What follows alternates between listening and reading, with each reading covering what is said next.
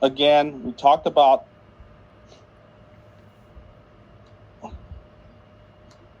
doing this.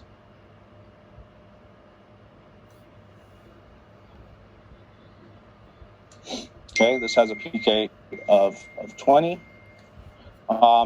You also should have learned the pKa value for esters. What's the pKa value for esters, anyone?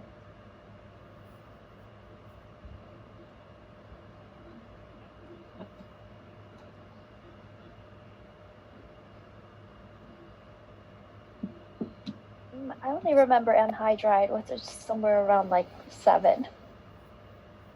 Esters. This is an ester.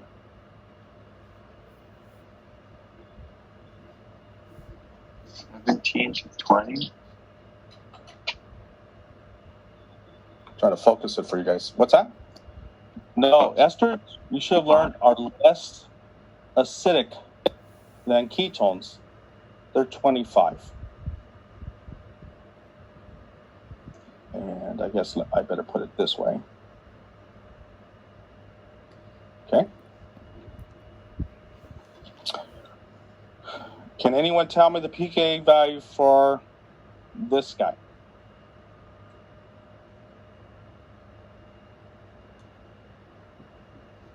Like 7.5? Yes, now you're being very exact, which is a good thing. I'm going to say, as an approximation in general, let's just say 10, right? Approximately 10, just to make numbers easier. Okay, so the good news is that you're starting to recognize, oops, I should put the pKa value here, is that we've increased acidity, right? And why is the reason that we increased acidity for this 1,3-dicarbonyl system? It's easy to take off that hydrogen on the alpha carbon. It's making it acidic. Right? Yes. Of course, I have two types of hydrogens, right? I have this hydrogen and I have this hydrogen. And recognize I specifically took off this hydrogen in the middle. Mm-hmm. So what's so special about this system here? It's stabilized through the oxygen double bond resonance. Right. So how many resonance structures does this one have? I'm only showing one here, right? Yeah, but I can delocalize that electron onto the carbonyl. So this has 2 resonance structures, right? Mm-hmm. This also has 2. But this one has 3. Right? I can either push the electrons this way, and that gives me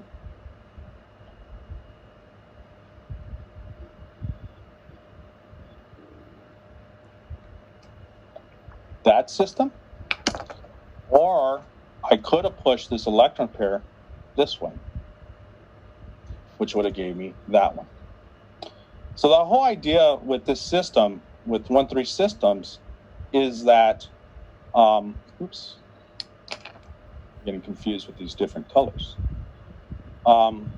is that the more resonance structures I have, the more stability, right? So one of the things you should have learned is resonance is a stabilizing interaction. And the reason for this is that I'm spreading out the charge onto more than one atom. So here I have the charge on carbon, but if I apply this resonance structure, now it's on oxygen. If I apply it this way, it's on this other oxygen. So I have basically 3 resonance structures where a carbon and 2 oxygens are sharing that charge. And by mitigating charge, this is actually a stabilizing interaction. Okay?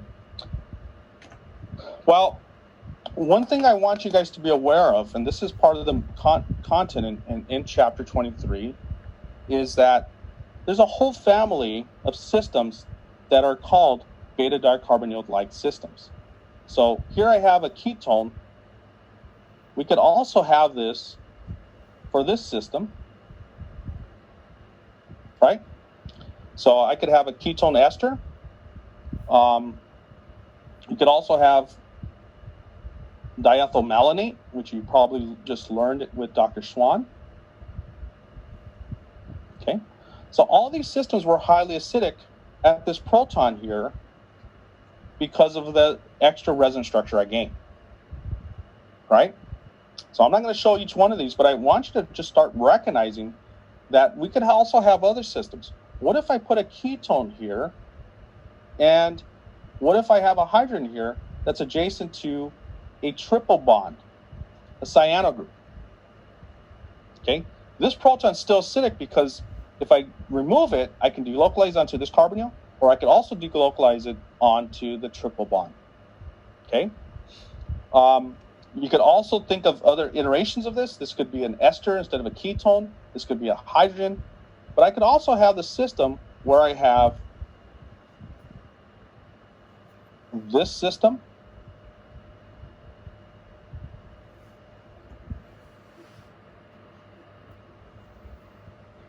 Okay. Again, if I remove this proton, is going to be acidic because I can delocalize it onto this nitrile or that nitrile. Let me share with you one other system.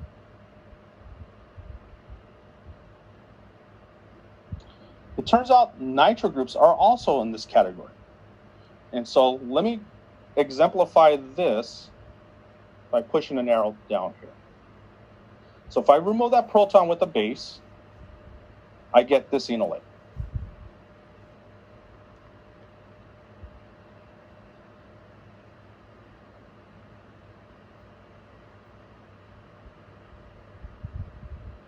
Okay.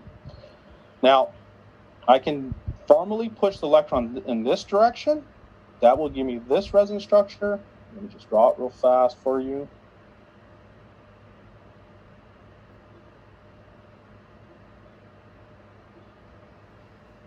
And then let me give you the nitro group again.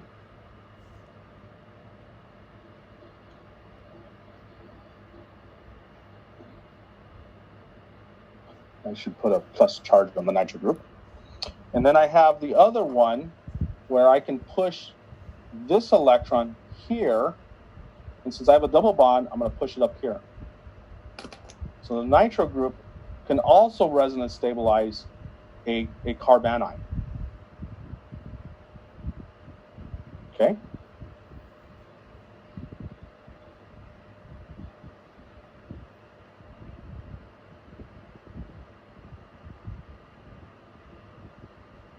And so just to help you follow my arrows, I'm going to put that double bond here. I'm making a double bond here. And I'm going to put another electron pair by pushing this pi bond onto the oxygen and show that it has a negative charge. Okay.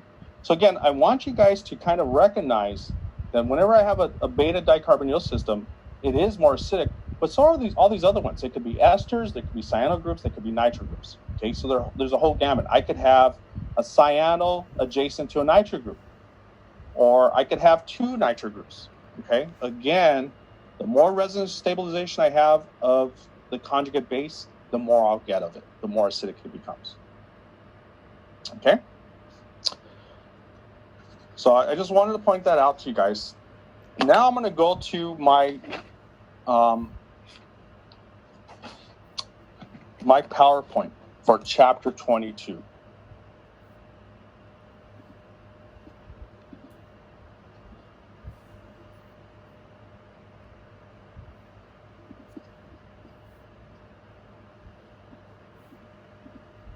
So let me share this again.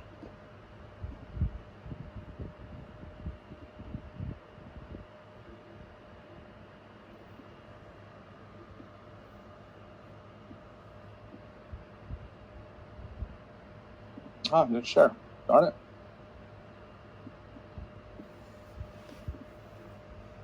I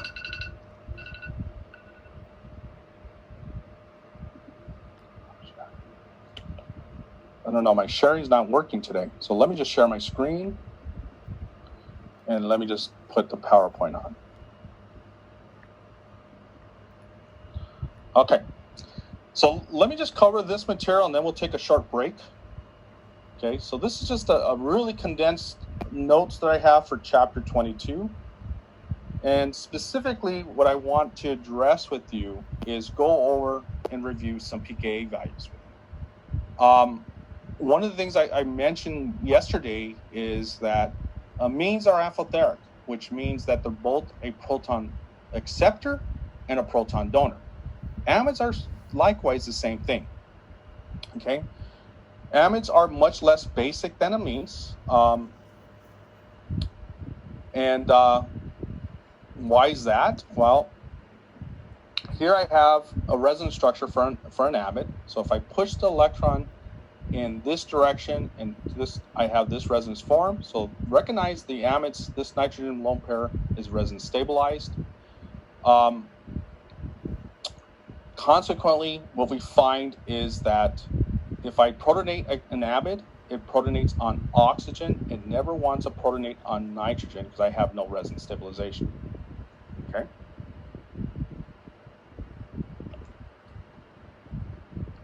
Can you guys hear me? Yep. Okay, sorry, I got silent.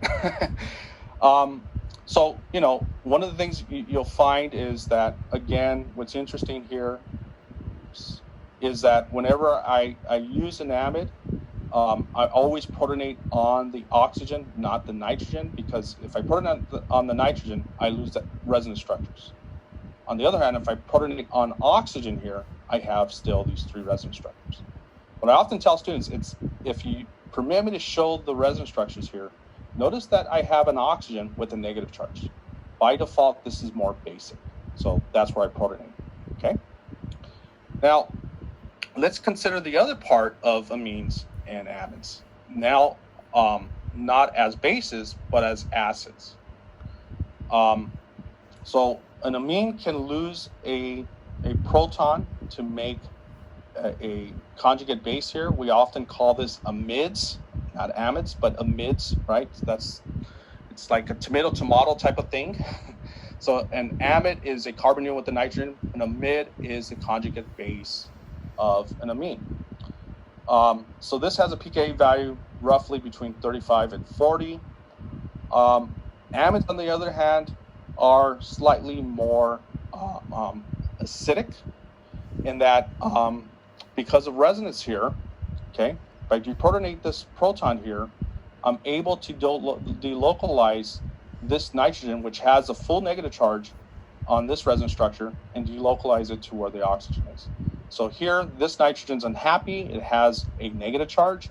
Over here, this nitrogen is a little happier because it's sharing that negative charge with this oxygen. So consequently, recognize that we have enhanced acidity, okay? So amides are definitely more acidic than amines. And again, you should think about this. If this was, let me see, if this was propane here, right?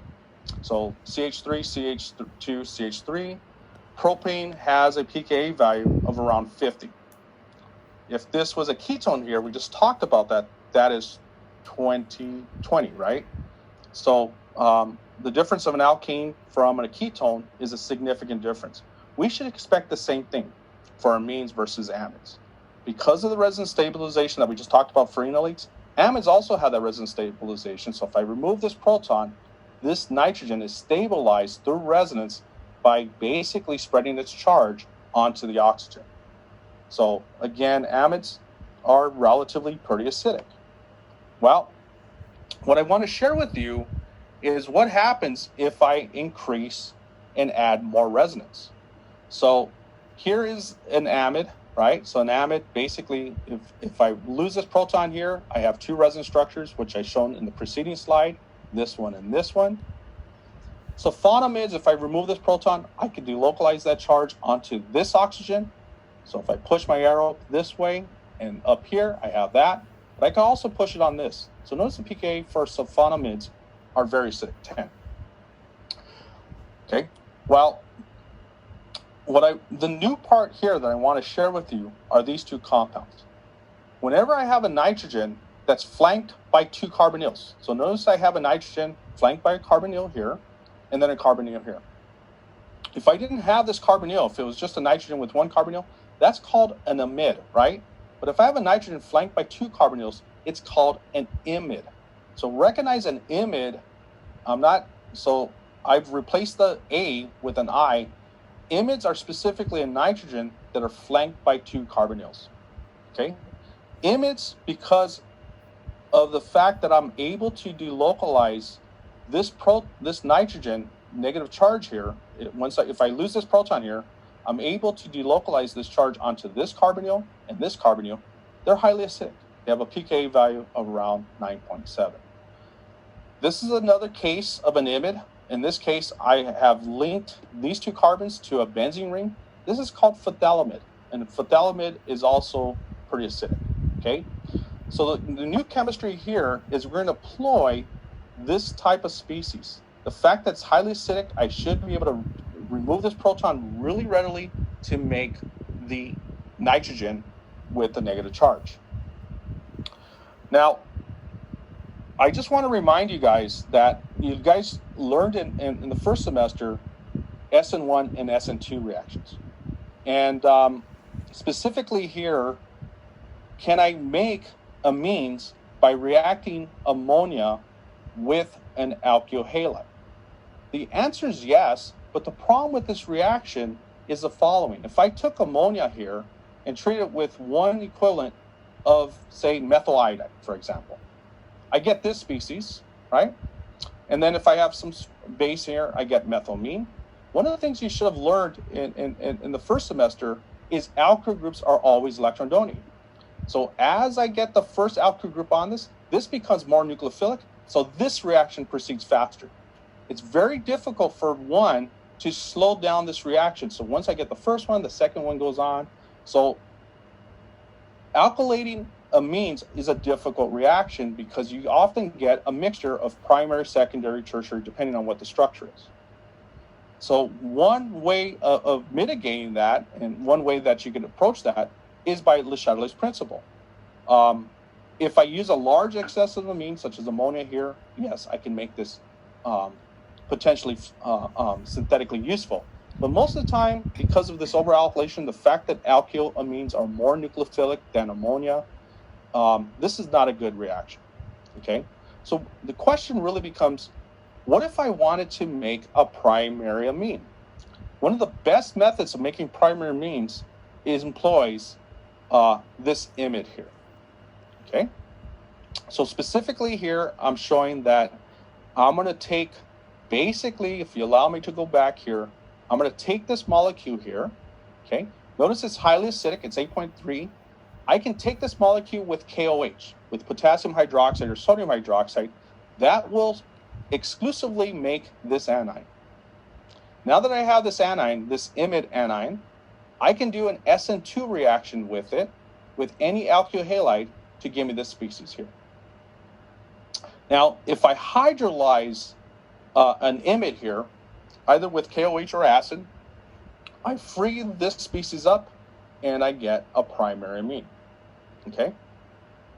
Now, the mechanism of this reaction is a little bit tedious, but it's not that different from what you already learned about hydrolyzing amides.